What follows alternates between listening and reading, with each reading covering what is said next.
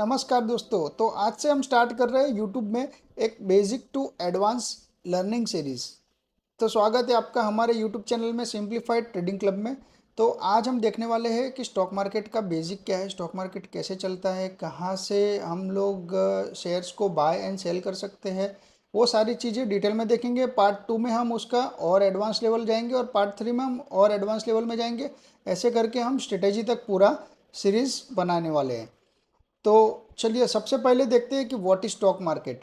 तो stock market के अंदर सबसे पहले स्टॉक एक्सचेंजेस आते हैं। स्टॉक एक्सचेंज का मतलब होता है कि जहाँ पे बायर्स और सेलर्स एक दूसरे के साथ ट्रेड करते हैं। ट्रेड किस चीज़ का करते हैं? तो शेयर्स का ट्रेड करते हैं। ठीक है, तो जहाँ पे बायर्स एंड सेलर्स एक दूसरे को शेयर्स की आप ले करते हैं, लेते हैं और बेचते हैं, उसको बोलते हैं स्टॉक एक्सचेंज। तो ये सब चीज़ें सिर्फ आपको बेसिक नॉलेज होना चाहिए। स्टॉक मार्केट बेसिकली दो टाइप के होते हैं, एक होता है प्राइमरी, दूसरा होता है सेकेंडरी।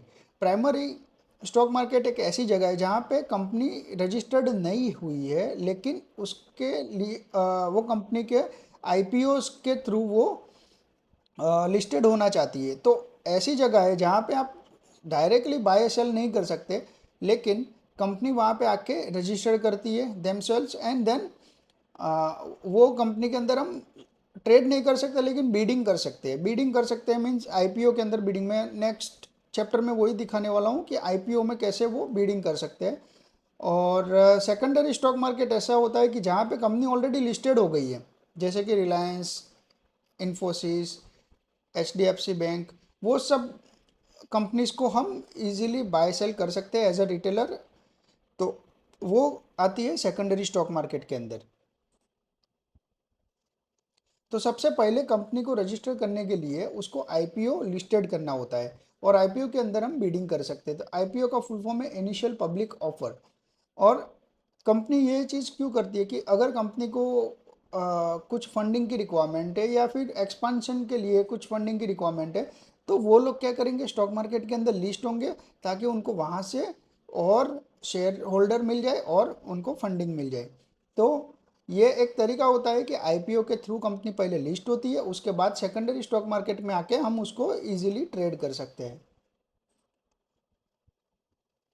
उसके बाद आता है कि कौन से एक्सचेंजेस है जो इंडिया में अभी हैवीली ट्रेड उसके अंदर किया जा सकता है। तो सबसे पहला है बॉम्बे स्टॉक एक्सचेंज, सेकंड है नेशनल स्टॉक एक्सचेंज एनएसई, और तीसरा है मल्टी कमोडिटी एक्सचेंज। सबसे ज़्यादा हम एनएसई में ट्रेड करते हैं। एनएसई के अंदर हम देखने जाए तो कौन से इंडेक्सेस आते हैं, तो Nifty, bank Nifty, fin Nifty, mid cap Nifty, वो सब एनएसई के इंडेक्सेस है। और बीएसई के अंदर हम सेंसेक्स, बैंकेक्स जैसे इंडेक्सेस को ट्रेड कर सकते हैं। और जो भी कंपनीज रजिस्टर्ड होती है वो एनएसई बीएसई दोनों में रजिस्टर्ड होती है, तो आप दोनों के स्टॉक्स बाय एंड सेल कर सकते हैं। And the third is multi commodity exchange. Multi commodity exchange एक ऐसी जगह है जहाँ पे agriculture and non agriculture products को हम ट्रेड कर सकते हैं virtually. For example crude oil, natural gas, gold, silver, वो सब हम एमसीएक्स के अंदर ट्रेड कर सकते हैं। तो आई होप आप सबको ये तीन एक्सचेंजेस के बारे में पता चल गया होगा।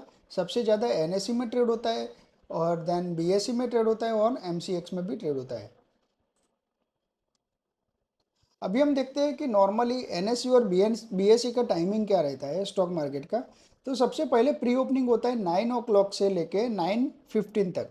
9 बजे से 9:15 तक आप सिर्फ प्री ओपन मार्केट, जो सेटलमेंट पीरियड होता है, उसके अंदर आप देख सकते हो कि क्या प्राइस डिफरेंस हो रहा है। आप बेसिकली निफ्टी में जाके देख सकते हो। 9 से 9:07 बजे तक आपको प्री ओपन मार्केट दिखेगा। उसके बाद 9:07 से लेकर 9:15 तक जिसके भी ऑर्डर्स पेंडिंग है, वो सब ऑर्डर्स का सेटलमेंट होता है। तो 9 बजे से 9:15 तक नॉर्मल सेशन नहीं रहता है, मीन्स आप ट्रेडिंग नहीं कर पाते हो। इसके पहले आपको एएम ऑर्डर अगर लगाना हो तो एएम ऑर्डर आप प्लेस कर सकते हो। उसके बाद आता है 9:15 से लेकर 3:30 तक, 3:30 बजे तक आप नॉर्मली ट्रेडिंग कर सकते हो। नॉर्मली आपको जो भी बाय सेल ऑर्डर प्लेस करना है आप कर सकते हो। और 3:30 बजे के बाद 4 बजे तक मीन्स आधे घंटे का पीरियड पोस्ट क्लोजिंग पीरियड होता है, जहाँ पे आपको सिर्फ जो भी पेंडिंग ऑर्डर्स है, जिसका भी आज बाय सेल हुआ है, वो सब सेटलमेंट पीरियड ये पोस्ट क्लोजिंग सेशन में हो जाता है। तो आपको बेसिकली ये याद रखना है कि हमको 9:15 से लेके 3:30 तक नॉर्मल ट्रेड आवर्स मिलते हैं। The next is depository and depository participant. तो डिपॉजिटरी एंड डिपॉजिटरी पार्टिसिपेंट एक ऐसा ओनरशिप है, एक ऐसी कंपनी है जो आपके डीमैट अकाउंट को हैंडल करती है। या तो अगर आपने कहीं से भी डीमैट अकाउंट ओपन करवाया कोई भी ब्रोकर के थ्रू, ब्रोकर क्या होता है कि एक ऐसा कंपनी है जो डिपॉजिटरी पार्टिसिपेंट के पास, मतलब दो पार्टिसिपेंट है हमारे पास, एक है NSDL एंड एक है CDSL। NSDL का फुल फॉर्म है नेशनल सिक्योरिटीज डिपॉजिटरी लिमिटेड और CDSL है सेंट्रल डिपॉजिटरी सर्विस लिमिटेड। तो ये दोनों कंपनीज क्या करती है, डिफरेंट डिफरेंट ब्रोकर्स को अथॉरिटी देती है कि आप डीमैट अकाउंट ओपन करवा सकते हो और आपके कस्टमर्स को हमारे यहाँ तक जो भी ट्रांजेक्शन्स होते हैं वो आपको हमें सबमिट करवाने होंगे। तो अगर आपने फॉर एग्जांपल जीरोधा में अकाउंट ओपन करवाया, अपस्टॉक्स में ओपन करवाया है, कोटक नियो में ओपन करवाया है या कहीं पे भी धन में ओपन करवाया है, तो वो कंपनीज ये डिपॉजिटरी एंड डिपॉजिटरी पार्टिसिपेंट्स के साथ डायरेक्टली कनेक्टेड रहती है कि आपके सारे डेली ट्रांजेक्शन्स इन लोगों के साथ शेयर करते हैं। Clearing corporation. क्लियरिंग कॉरपोरेशन एक ऐसी पार्टीशन है ये दोनों कंपनी के अंदर, डिपॉजिटरी के अंदर, कि जहाँ पे हमने जो भी बाय सेल किया है वो सेटलमेंट लास्ट में मैन्युअली करेगा कौन, तो वो सेटलमेंट करने का काम है क्लियरिंग कॉरपोरेशन का। यहाँ पे मैंने एग्जांपल के साथ समझाया कि if you by one share of Reliance of like 2500 रुपये में हमने बाय किया 2500 में, तो किसी ना किसी ने वो शेयर को बेचा भी होगा तब भी हमने बाय किया है। तो उसके अकाउंट में से डेबिट करना है, हमको क्रेडिट करना है, हमारे में से मनी डेबिट होगा, उनके अंदर मनी क्रेडिट होगा। तो वो जो ट्रांजेक्शन्स होंगे वो ट्रांजेक्शन्स हमारे क्लियर कॉरपोरेशन कंपनीज करती है। तो क्लियरिंग कॉरपोरेशंस के अंदर भी दो, NSE और BSE के लिए दो कंपनीज है, एक है NSCCL, दूसरी है ICCL। अब आते हैं मेन पार्ट पे कि डेरिवेटिव्स क्या है। अगर आपको ट्रेड करना है तो आपको ये कंसेप्ट समझना होगा फ्यूचर एंड ऑप्शन में कि फ्यूचर एंड ऑप्शन है क्या है एग्जैक्टली। तो ये है डेरिवेटिव्स। डेरिवेटिव्स मैं आपको पहले नॉर्मल लैंग्वेज में समझाता हूँ कि अगर कोई पेरेंट है और वो पेरेंट के ऊपर से जो भी चाइल्ड आते हैं तो वो चाइल्ड को बोलते हैं कि डिराइव्ड फ्रॉम दैट पेरेंट। तो जो चाइल्ड आए उसको हम डेरिवेटिव बोलते हैं। तो ऐसे ही हमारे स्टॉक एक्सचेंजेस के अंदर इंडेक्सेस पहले से बने हुए हैं, तो इंडेक्स को हम बोलेंगे पेरेंट्स, और जो उसके ऊपर से जो चाइल्ड बनेंगे फ्यूचर ऑप्शंस, वो सब उनके डेरिवेटिव्स हो गए। तो हमारे यहाँ पे अभी NSE और BSE के अंदर अभी दो ही डेरिवेटिव्स है, एक है फ्यूचर एक है ऑप्शंस। ठीक है, हम ये दोनों के बारे में डिटेल में देखेंगे। पहले देखते हैं कि फ्यूचर। तो फ्यूचर लोग क्यों यूज़ करते हैं। फ्यूचर यूज़ करने का रीज़न एक ही है कि या तो फिर वो लोग इन्वेस्टमेंट करना चाहते हैं या तो वो हैज करना चाहते हैं कि कहीं पे उन्होंने कुछ स्टॉक बाय करके रखे तो उसका फ्यूचर वो सेल करके रखते हैं, हैजिंग हो जाएगा। और शॉर्ट टर्म ट्रेडिंग करना चाहते हैं कि एक महीने के लिए मैंने ये फ्यूचर बाय किया है, मुझे लगता है मार्केट ऊपर जाएगा तो जब ऊपर जाएगा तब मैं सेल करूंगा, तो वो शॉर्ट टर्म हो गया, एक महीने के लिए, एक वीक के लिए, 2 दिन के लिए, ऐसे। ऐसा ही सेम ऑप्शन कॉन्ट्रैक्ट में भी लोग इन्वेस्टमेंट, शॉर्ट टर्म ट्रेडिंग और हेजिंग के पर्पज से काम करते हैं। तो चलिए देखते हैं फ्यूचर को डिटेल में। तो future contract is a legal agreement to buy और sell a particular asset at a pre-decided price at a specific time in the future. Future contract is standardized because of the size of the contract, value of the contract and expiry of the contract. मतलब कि future पहले से उसकी price, उसका size, means lot, आपको पता ही होगा lot size आती है, क्वांटिटी आती है, तो वो पहले से फिक्स होती है। हर एक फ्यूचर की अलग अलग लॉट साइज फिक्स होती है। तो लॉट साइज, उसकी वैल्यू और उसका expiry date. Future always expiry date तक ही ट्रेड किया जा सकता है, उसके बाद नया फ्यूचर आ जाता है। तो स्टॉक में अगर हम देखने जाए तो मंथली फ्यूचर आते हैं, और इंडेक्स इसमें भी अब देखने जाए तो मंथली फ्यूचर हमको दिखेंगे कि फॉर एग्जांपल निफ्टी, तो निफ्टी का फ्यूचर एक मंथ का पीरियड का होता है। बैंक निफ्टी, तो बैंक निफ्टी का एक मंथ का फ्यूचर होता है। तो अगर आपको वो फ्यूचर बाय करना है तो आपको क्या करना होगा, अराउंड 1,25,000। ये मैंने एक रफ फिगर दिया हुआ है कि फॉर एग्जांपल आपको रिलायंस का लेना है फ्यूचर, तो आपको रिलायंस का फ्यूचर आपको पड़ेगा 1,25,000, जो आप टोकन के तौर पे आप दोगे, और एक्सपायरी से पहले अगर आप उसको सेल करोगे तो आपको वो अमाउंट रिटर्न मिलेगी, अगर नहीं करोगे तो आपको वो शेयर्स लेने पड़ेंगे। मतलब डिलीवरी बेस अगर आपको जाना है तो आपको शेयर्स आपको लेने पड़ेंगे। तो आपने पहले टोकन एज ए टोकन 1,25,000 दे दिया। उसके बाद आपको अगर एक्सपायरी के बाद आपको उसको कैरी करना है तो आपको रिमेनिंग 5 lakhs पे करने होंगे। क्यों रिमेनिंग 5 lakhs? क्योंकि अभी 2500 पे ट्रेड कर रहा है और हमने 250 क्वांटिटी ली है, और 250 quantity is the one lot. तो वन लॉट उसकी साइज़ फिक्स है, तो हमको ये लेना ही होगा 250 क्वांटिटी। तो टोटल होता है 6,25,000। हमने लिया है 1,25,000 टोकन अमाउंट पे करके, तो रिमेनिंग 5 लाख आपको दे करके आपको उसका डिलीवरी लेना होगा, अगर आपको एक्सपायरी से पहले सेल नहीं करना है तो। अगर आप सेल कर देते हो तो आपको कोई इश्यू नहीं है, आपको जो भी रेट रनिंग होगा वो रेट पे आपको आपके अमाउंट वापस मिल जाएगी। और जब आप पे करते हो 5 lakhs तो आपको 250 रिलायंस के शेयर्स आपके अकाउंट में आ जाते हैं, वही सेम अमाउंट के T+1 डे के अंदर। ठीक है, तो ये होता है फ्यूचर का साइकिल, कि फ्यूचर अगर किसी को बाय करना है और कैरी करना है तो ये ऐसे कर सकते हैं। The next is option contract. Option contract एक ऐसा डेरिवेटिव है जो हमारे अंडरलाइंग एसेट्स मतलब जो मैंने आपको पेरेंट बोला वही, तो पेरेंट को हम बोलते हैं अंडरलाइंग एसेट। तो अंडरलाइंग एसेट्स पर से ये ऑप्शंस भी आए हैं, लेकिन इसकी वैल्यू फ्यूचर की कंपैरिजन में बहुत ही कम होती है। वैल्यू मीन्स उसकी प्राइस, प्राइस मीन्स उसकी टोकन अमाउंट जिससे हम बाय करते हैं वो अमाउंट, उसकी अमाउंट बहुत कम होती है। वो कैसे होती है? क्योंकि इसके अंदर दो टाइप के ऑप्शंस आते हैं, एक होता है कॉल ऑप्शन, दूसरा होता है put option. Call option means ऐसी ऑप्शन कॉन्ट्रैक्ट है जिसके अंदर अगर प्राइस ऊपर जाएगा, अगर वो स्टॉक का भाव ऊपर जाएगा तो आपको कॉल ऑप्शन का भाव भी ऊपर जाता हुआ दिखेगा और आपको बेनिफिट होगा, प्रॉफिट होगा। पुट ऑप्शन मतलब ऐसा कॉन्ट्रैक्ट जिसके अंदर अगर मार्केट नीचे की ओर जाएगा तो पुट ऑप्शन का भाव बढ़ेगा।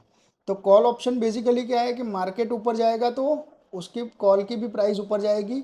अगर पुट ऑप्शन का मतलब ये है कि मार्केट नीचे जाएगा तो पुट ऑप्शन की प्राइस ऊपर जाएगी।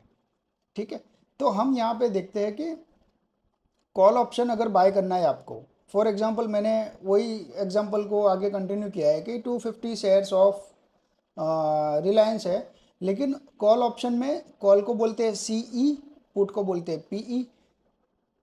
2500 का कॉल ऑप्शन है, मतलब ये हो गया हमारा जहाँ पे मार्केट रनिंग है, 2500 पे मार्केट रनिंग है और 2500 का मैंने कॉल ऑप्शन लिया है, तो उसकी रियल वैल्यू है 6,25,000, लेकिन बायर को सिर्फ देना होगा 12,500, बिकॉज उसकी प्राइस कुछ 50 रुपये चल रही है। यहाँ पे आपको दिख रहा होगा कि रिलायंस का 2500 का कॉल ऑप्शन 50 रुपये पे चल रहा है, क्वांटिटी 250 है, तो आप ये दोनों का मल्टीप्लाई करोगे तो आपको मिलेगा कि 12,500 रुपये में ही आप वो कॉल ऑप्शन को ले सकते हो।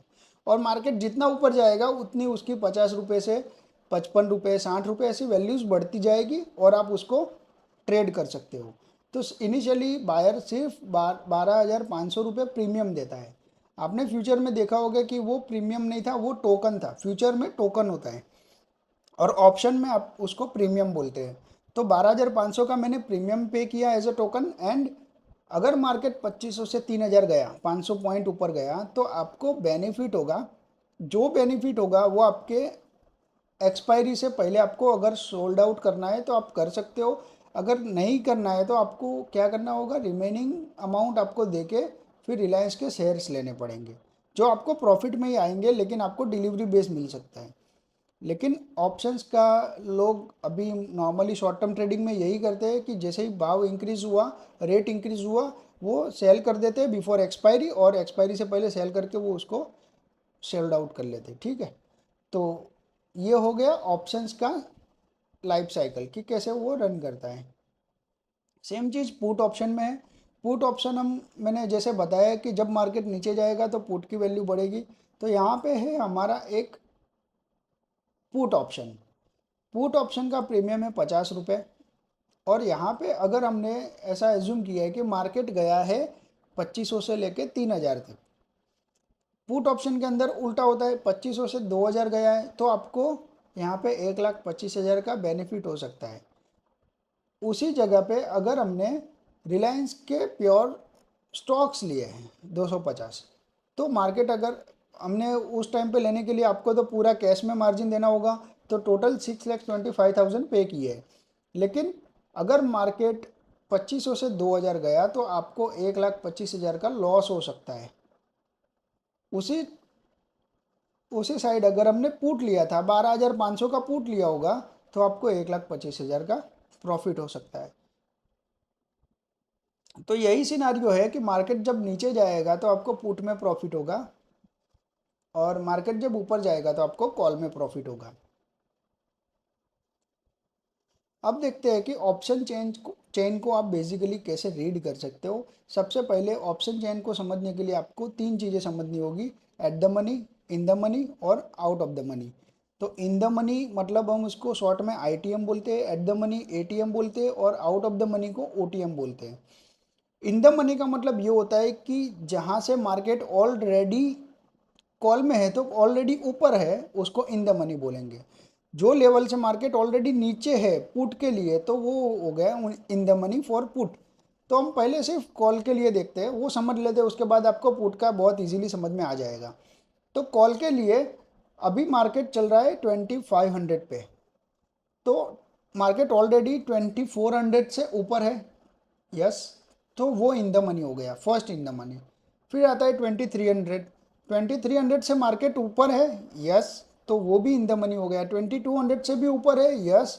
2100 से भी ऊपर है, तो यस, जो भी लेवल्स है जहाँ से मार्केट ऑलरेडी ऊपर है, कॉल का मतलब होता है ऊपर, ऊपर है तो उसका मतलब हुआ वो in the money strike price है।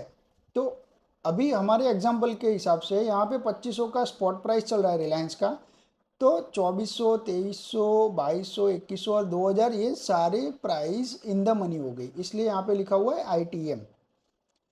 मार्केट जहाँ पे ट्रेड कर रहा है, जहाँ पे स्पॉट प्राइस है, वो प्राइस को बोलते हैं हम एट द मनी। जहाँ पे मार्केट अभी है उसको बोलते हैं एट द मनी। तो 2500 का कॉल ऑप्शन हमारे लिए हो गया एट द मनी।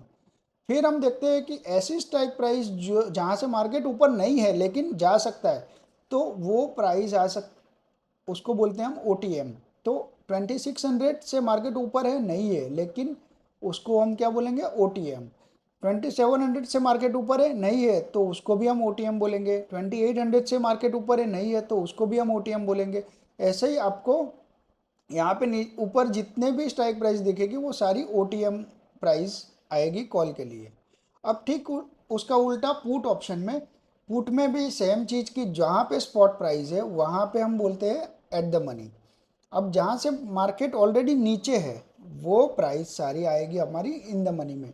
तो 2600 से मार्केट नीचे है, यस, तो वो हो गया इन द मनी। 2700 से मार्केट नीचे है, यस, तो वो भी हो गया इन द मनी। 2800 से मार्केट नीचे है, यस, तो वो भी हो गया इन द मनी। तो ऐसे सारी प्राइस जो जहाँ से मार्केट ऑलरेडी नीचे है वो सारी इन द मनी में आएगी। ये इन द मनी है, और नीचे जाओगे तो आप डीप इन द मनी में जाओगे। और ऊपर की प्राइस कि जहाँ से मार्केट नीचे नहीं है वैसी प्राइस को हम आउट ऑफ द मनी बोलेंगे पुट ऑप्शन के लिए। तो होप आप सबको समझ में आ गया है, क्योंकि ये कंसेप्ट बहुत ही इंपॉर्टेंट है। आपको ऑप्शन में ट्रेडिंग करना हो तो eight the money, in the money, out of the money निकालना आपको आना चाहिए।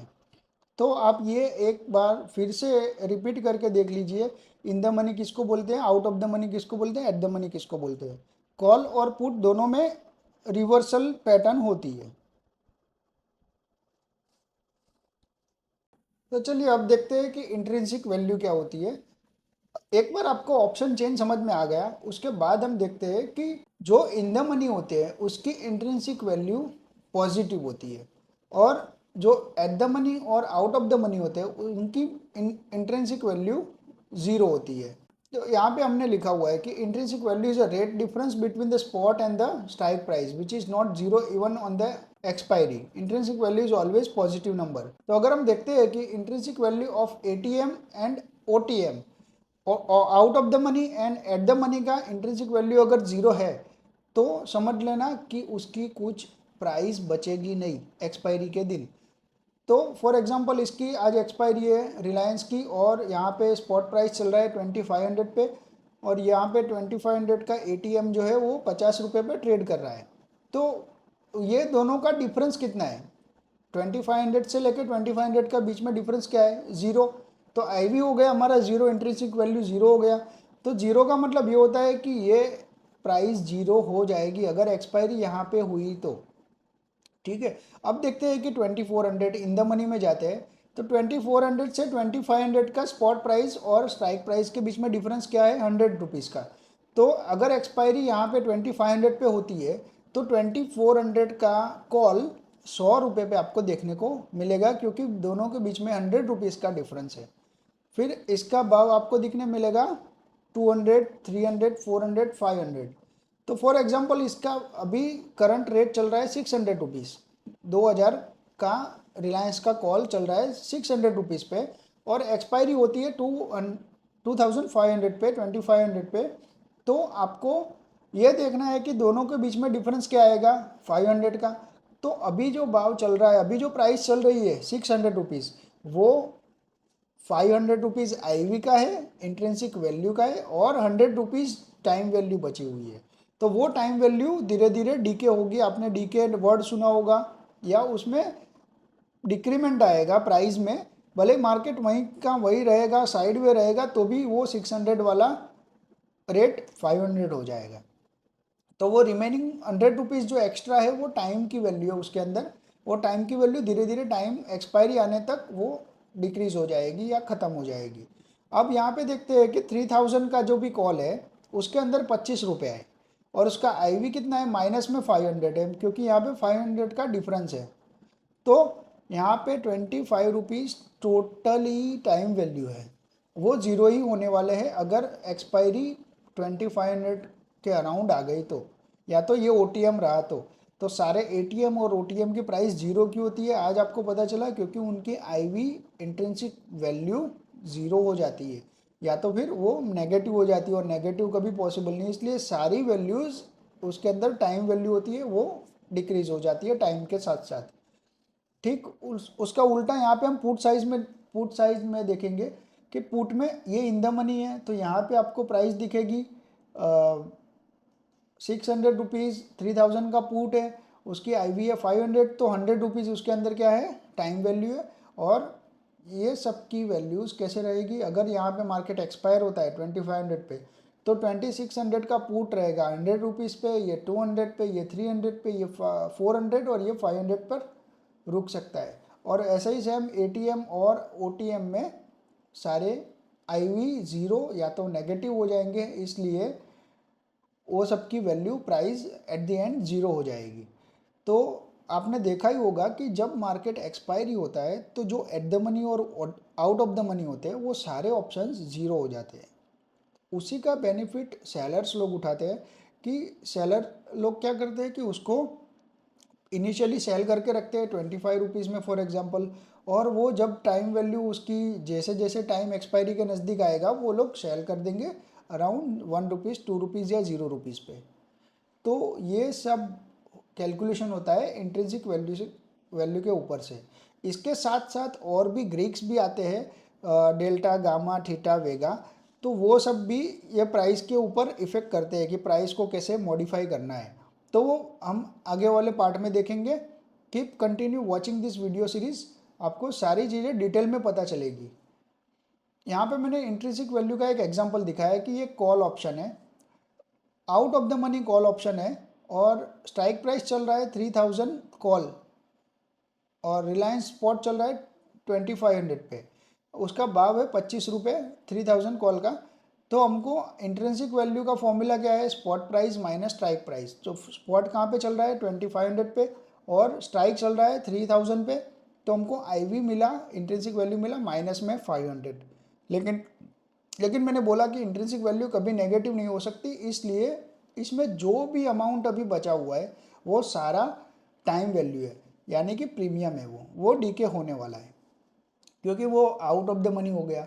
अब देखते हैं एट द मनी। तो एट द मनी 2500 का ही कॉल हम देख लेते हैं, उसमें 50 रुपये का भाव चल रहा है। तो IV हमारा हो जाएगा spot 2500 minus strike 2500 means zero हो गया, और टाइम वैल्यू जो भी अभी प्रीमियम चल रहा है वो सारी टाइम वैल्यू है।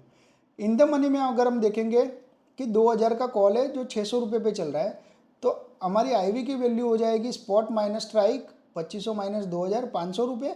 तो इसके अंदर जो रिमेनिंग 100 रुपीज़ है, 600 माइनस 500 करोगे तो रिमेनिंग जो 100 रुपीज़ है वो है टाइम वैल्यू, जो डीके होंगे, लेकिन उसकी वैल्यू टोटली ऑप्शन की वैल्यू ज़ीरो नहीं होगी, उसके अंदर 500 रुपीज़ लास्ट में बचेंगे। ऐसा ही सेम चीज़ आप पुट ऑप्शन के लिए भी देख सकते हो।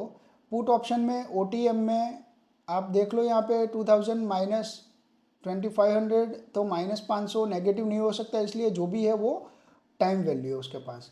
एट द मनी में आप देखोगे तो जीरो IV आएगा, और उसका जो भी वैल्यू अभी बचा हुआ है वो सारा टाइम वैल्यू है। इन द मनी में आप देखोगे तो 3000 माइनस 2500, 500 रुपये उसके IV है, तो 600 में से 500 माइनस करोगे तो आपकी टाइम वैल्यू क्या है, 100 रुपीज़ है। तो ये वो दोनों ऑप्शंस में हमने देख लिया कि कैसे प्राइस डिक्रीज होती है, किसके अंदर कितना टाइम वैल्यू होती है, वो आप कैलकुलेट कर सकते हो खुद से। तो आज के लिए इतना ही था पार्ट 1 के अंदर। बहुत ही जल्दी हम आपको पार्ट 2 में दिखाने वाले हैं कि और प्राइस कैसे मॉडिफाई होती है, जिसमें डेल्टा, थीटा, गामा, वेगा सब ग्रीक्स काम करते हैं, तो वो ग्रीक्स के बारे में हम डिटेल में देखेंगे। Thank you, and if you like this video please share and subscribe our YouTube channel. Thank you.